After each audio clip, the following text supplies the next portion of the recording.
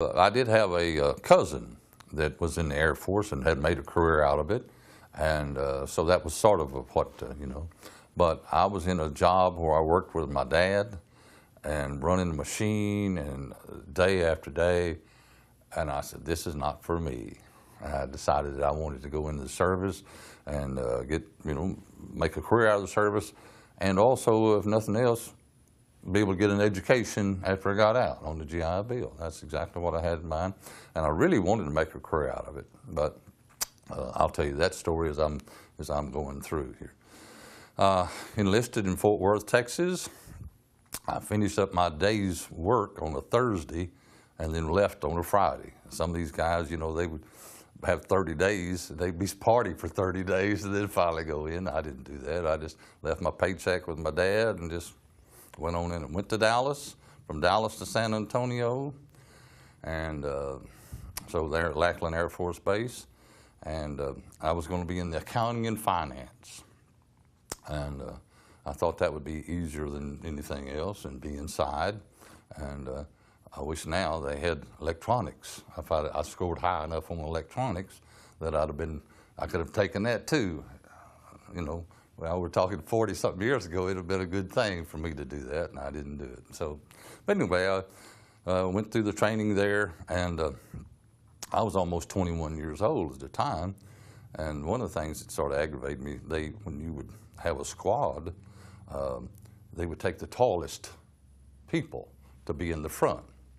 And so there you'd be, I was 5'11", 5'10", and he'd be 6'1" or something. He'd be 17 years old, didn't know anything, and be trying to tell us what to do. So that kind of bothered me a little bit, but we got along. And I've always been sort of a joker, and so there was a few times when this tech sergeant, T.I., he would say, "Flight on the walk." So I'd be down under, and so I'd walk out there when everybody else was around, and I'd say, "Flight on the walk." So he looked down from the top. He said, "Swisher, I thought you were going to straighten up." And so from that point on, I did. And eventually they made me chapel guide because he was trying to do something. So I would walk all the guys that wanted to go to church, and then I'd stay outside and smoke cigarettes while they were inside the church. And so, but anyway, we got through that, and I never was too good at marching. And so eventually they put me in the third line where you don't have to turn as much. You just kind of step a little bit, and so, Now, I'm one of the few people that I kept up with that did retire and stayed in this, eventually did retire, and most of them just got out of it.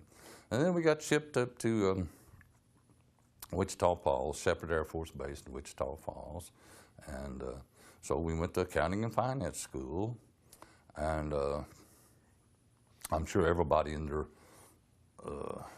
I'm trying to think what the date was, when Kennedy got shot.